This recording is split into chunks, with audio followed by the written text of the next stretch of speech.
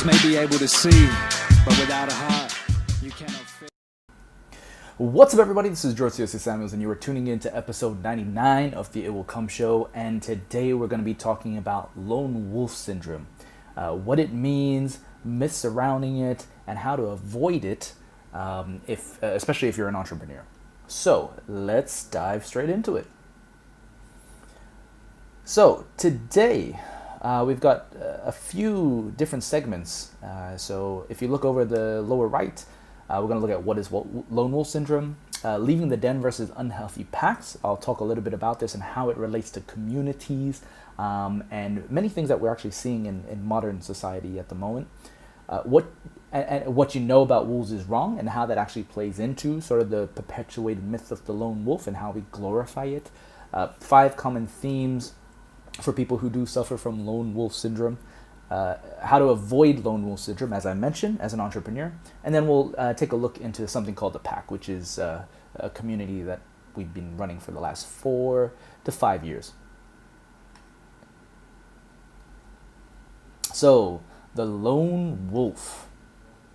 Now, in Hollywood, I'm sure you may be able to identify a lot of lone wolf archetypes that make for great heroes or anti-heroes, right? One of my favorites is Riddick. So there's this movie called The Chronicles of Riddick. For whatever reason, I've really enjoyed his character because he's quite, strong on his own, and even more formidable when he teams up with other people. There's this ancient, not ancient, but this old Japanese film called Lone Wolf and Cub, which is literally about a lone samurai or ronin and his son, I believe. And then, of course, Wolverine, another one of my favorite characters, who's very much known for wanting to do things on his own and always pushing against working with others or the other X-Men. And so let's take a look at the definition. So lone wolf syndrome is actually a thing. It is someone who has a lone wolf personality type and will prefer being on their own. They avoid groups whenever possible. The personality gets a term from the fact that most wolves prefer to be part of a pack. Going against that desire is unusual because being alone makes it more difficult to survive. And now there are a few reasons why people choose to be lone wolves. They have an introverted personality. So, this is, it's not always introverted personalities that do this. Again, there are other reasons too. They might be insecure about something, right? So that's why they tend to not engage with others. They may be wanting to pursue a creative endeavor, which doesn't actually work well with other people. They find social interactions to be distracting, right? So maybe from an efficiency or productive standpoint, they'll focus on, just themselves. They want to increase their personal privacy, right? That's also a thing, which I think might tie in with the number 2. They might be insecure about something. And then they just may simply be shy. Now, it's interesting, is the lone wolf personality a mental disorder? Now, personally, I don't know if that's true or not. But there is a certain mythology that has developed over the years that states that the lone wolf personality is a negative trait. People have different opinions about why this is so, but it is difficult to deny that the impact reports of a lone wolf shooter or a lone wolf terrorist have on the general public. The message is clear. If you're not part of the group, then you're automatically a threat. What we must recognize is that the lone wolf characteristics develop for reasons that are both good and bad. For some, a lack of friends is because there is a lack of desire to form friendships, and then some lone wolves are very comfortable living on their own, doing their own thing while the rest of the world passes them by.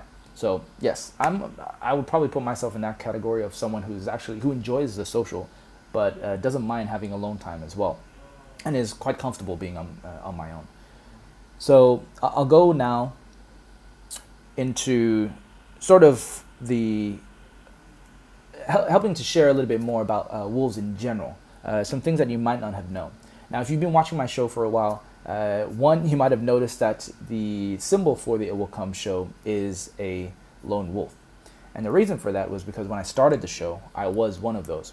And the whole show is actually about sharing my journey with you and all of my other musings on my path towards reintegrating myself, right? Whether that be a pack of my own or helping other people build their own packs.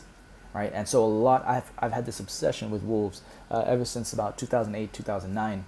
And I've literally just been studying so much about them and integrating into my work around helping other companies, brands build communities as well. And not just bringing people together, but also helping them to understand sort of the social dynamics, misconceptions, and then also how to build productive groups and communities. All right, so you can see here, the strength of the pack is the wolf, and the strength of the wolf is the pack. Now, this is one of my favorite quotes from the book, The Jungle Book, by Rudyard Kipling. And this is such, to me, even though this is so simple, it is very profound in the sense that it holds the secret to understanding wolves. And so the strength of the pack is the wolf, right? So you could replace pack with community or society, right, or any group, and wolf with individual. The strength of the community is the individual, and the strength of the individual is the community. What I find in many different cultures is that it will take one half of this entire quote, right? So they might say, okay, the strength of the pack is the wolf, so the strength of the community is the individual, and so there's a focus on individualism. And then if you look at the strength of the wolf is the pack, the strength of the individual is the community, right? And so they might be seen more as collectivist socialist cultures. What I feel and what I've studied and observed is that our own understanding of wolves in general is what is also being reflected in the way that we govern ourselves in society. So I think because there was so much focus at one point in time on maybe just the group, there were some cultures, especially ancient ones, where it all became about living for something higher or living just for the group, which isn't bad in and of itself. Then the other extreme is that we might have snapped back to the opposite, where we focus so much on the individual at the expense of understanding the importance of the social dynamics of the community. And so here, it talks about the social wolf. So in a lot of sort of myths and fairy tales, right, from Little Red Riding Hood to the Big Bad Wolf, we often associate wolves with creatures of the night, something that isn't understood, so it's something to be feared, or they might be even considered, pests, as in the case of the United States, where they almost completely wiped out their entire population of wolves. And so understanding that, wolves are very much family pack-oriented. So in a lot of my learnings and understandings of wolf packs, I took a lot of lessons from my own family too. And families are probably one of the best learning grounds, best forms of education in understanding, people dynamics. And if you actually look at a lot of either successful people or just people in general, if you look at their sort of upbringing and look at the dynamics of their families, it will help explain a lot about those individuals themselves, right? So, bonds, one of the things that, is very important and clear in the building and formation of communities is that it's important to find ways to bond the individuals together, right? Because this is what helps lead to trust, helps lead to productivity, et cetera, et cetera. One of the things I've noticed is that, in a business environment, we've lost sort of the idea of family, so much so that we make these relationships transactional and we lose bonds, right? Which is essentially a social glue. Sharing knowledge, right? If you were to translate this into modern day working environments, the sharing of knowledge is an important part of sort of the wolf dynamics. So if you have a lone wolf who stays alone for too long, a lot of the knowledge that they share, if it's not brought back to any pack, doesn't get passed on, right? Lessons don't get learned. And so again, yes, in modern day work environments, we have a lot of collaboration tools, which is actually a substitute for the lack of maybe a passing down of knowledge through, the family tree, etc. And so, you can see in modern society, we've taken a lot of these things that might have been passed down orally through oral traditions, etc. We're now sort of delegating and outsourcing that to machines. And now the lone wolf. So I'm going to read this. We often hear the phrase lone wolf, an expression of grudging admiration. A lone wolf is often viewed as a rugged individualist, uncompromising and independent, driven to forge his own path, unfettered by the sentimental need for companionship.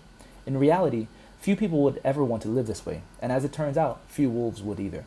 Wolves, males and females alike, may go through periods alone, but they're not interested in lives of solitude. A lone wolf is a wolf that is searching, and what it seeks is another wolf. Everything in a wolf's nature tells it to belong to something greater than itself, a pack. Like us, wolves form friendships and maintain lifelong bonds. They succeed by cooperating, and they struggle when they're alone. Like us, wolves need one another. All right. Now, one of the interesting things that I learned too about wolves is that when it comes to this need that they're talking about, so next up, I'm actually going to talk about some of the research that was done in subsequent years after the first findings around wolf packs and wolves in general. But essentially, with wolves, a lot of comparisons are usually made between them and the domesticated dog. But although they share a bloodline, there are some very important distinctions between the two, right? Wolves out in the wild, they're very difficult to tame, right? So they have a very fierce sense of independence, but they also know that there is a need to cooperate together in order to survive, right? So that's where the bonds and loyalties actually are beneficial, right? Because if there is a survival mechanism, right, the stronger the bonds, the stronger the trust, the better they are going to be when it comes to hunting. But even if they were made to be alone, they could still survive. But out in the wild, they may not survive for long. And this is usually the case for a lot of human beings as well, right? And it's something that cannot be overlooked. So although we like to glorify, and the lone wolf archetype works well in an individualist society, but these same individuals don't last long without their group, right? And I can give many stories or examples of people that we may consider successful and were self-made. And if you look back into their past or history, not necessarily so. There were people along the way that helped them get there, and there might still also be a team around them, even though they are perceived to be on their own.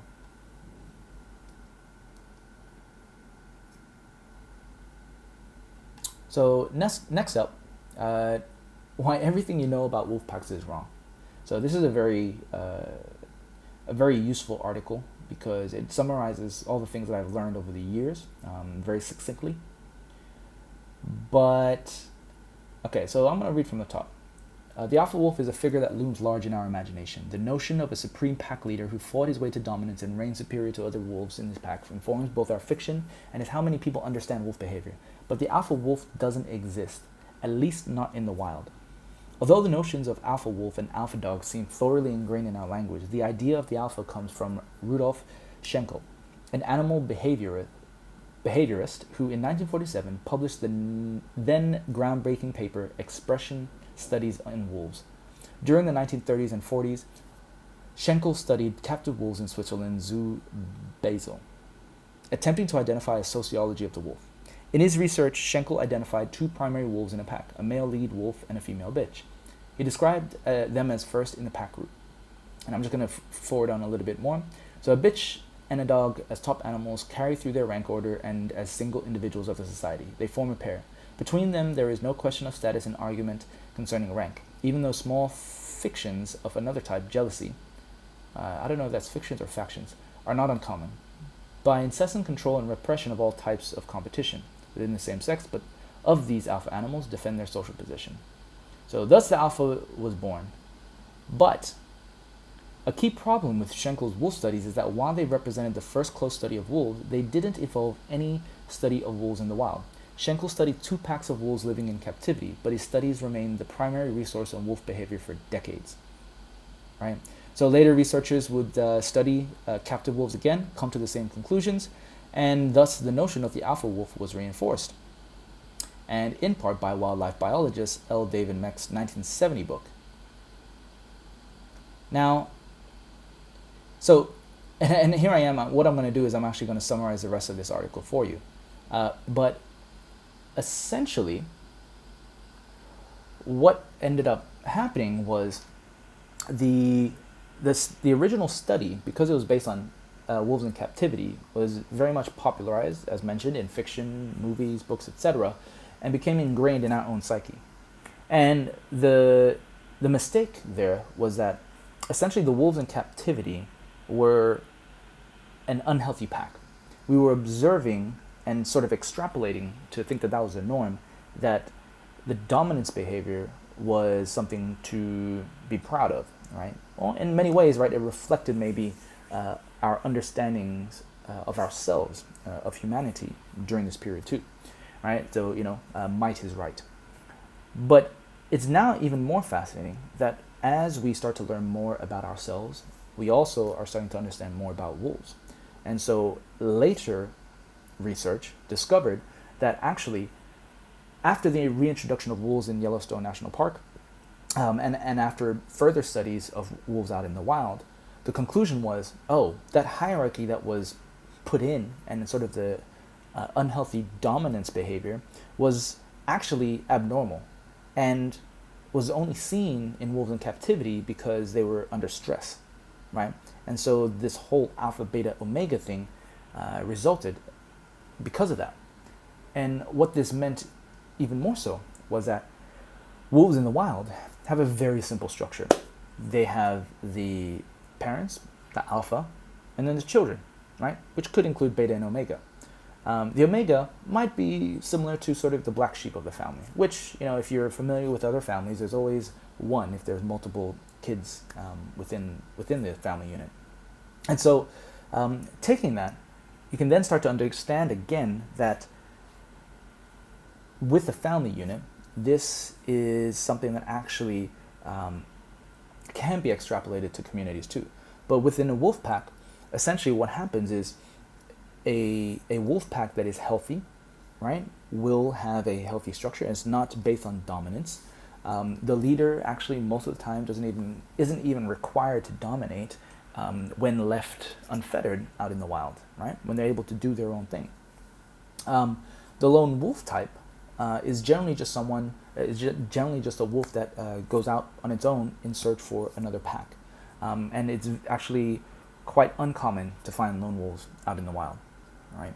And that's not to say they're bad. It's just a state. So the lone wolf is a state in time.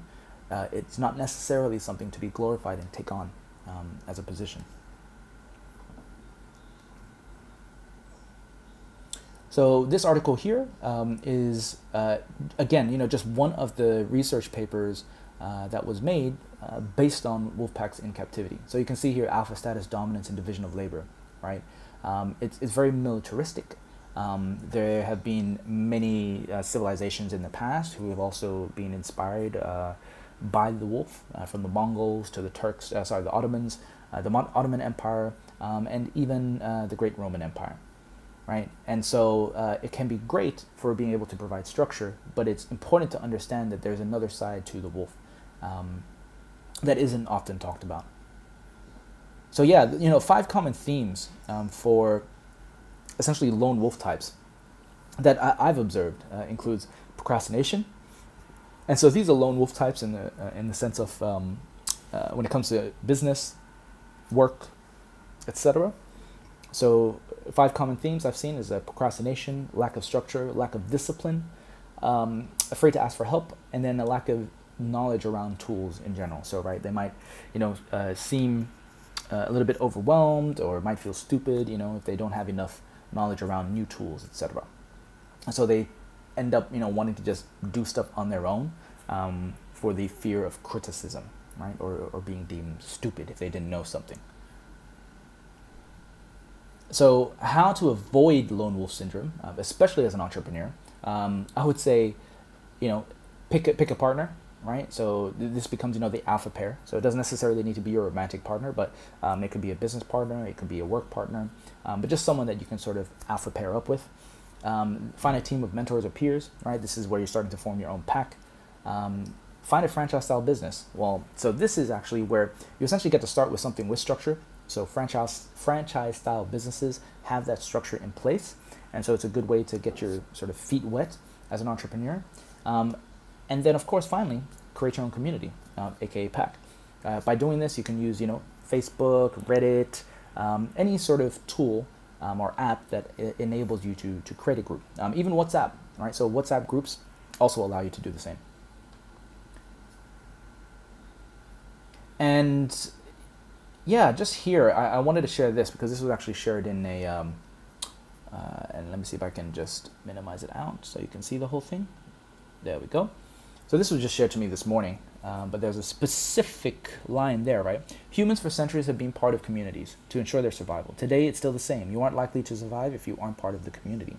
And now, I know that, of course, there are many who are like, oh, yeah, I can do this on my own, you know, screw the herd, the herd mentality, blah, blah, blah, blah, blah.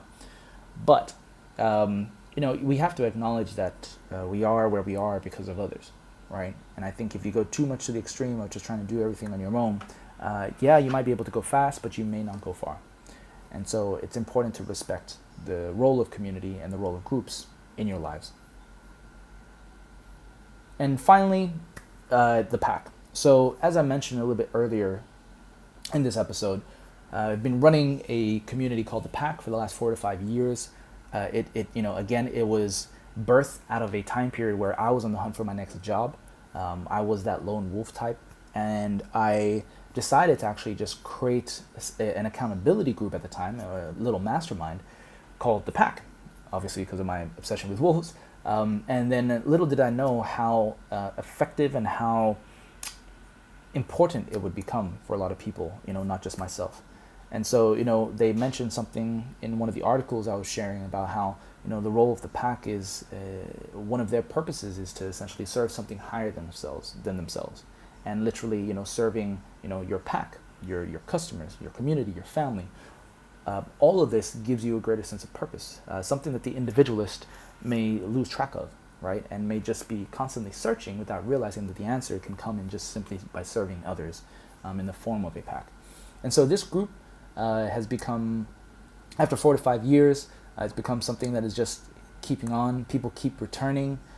We have an 81.6% return rate, which I've learned is pretty high. And I think it really is owed to everything I've learned about community building, about pack building through wolves. And so if you're somebody who might resonate with sort of this lone wolf aspect, you know, where you've kind of been operating on your own for so long, but are really feeling that sense of or need to work with others, and especially a healthy group of other people, because, you know, you could find a pack in gangs too, right? But it might be a little unhealthy. So you want to go and find a healthy pack, right? A healthy group. And so, yeah, if you're interested, just go to jointhepack.co. All right. So if I bring up, just at the bottom here on the lower right, you can see jointhepack.co, and it'll take you to this landing page, and you'll be able to learn more about it, apply, and if you want actually to sort of get a taste for yourself of what the pack is about, there's a request trial access to our Slack group on the landing page. So just go to that, and then we'll be able to get you ready, set you up, and you can actually engage with a lot of our pack members, or what we call packsters. And you'll see what it's like to be surrounded by a group of healthy and productive individuals. But with that, I hope you learned a little something around the lone wolf syndrome itself, what it means to be a lone wolf in today's society, and the role that a lone wolf has. Again, you know, reiterating the fact that lone wolves, the lone wolf aspect is a state, right? So it's a period in time where you may need to go out on your own, and nothing wrong with that. But remembering also that for wolves, their higher purpose is serving their pack, serving their community, serving their tribe, serving their family, whatever that group is for you. And that is what helps provide that higher meaning. And with that, as always, if you're on the hunt for your own pack and for your own purpose or meaning, remember, through patience and persistence, it will come. The eyes may be able to see, but without a heart, you cannot.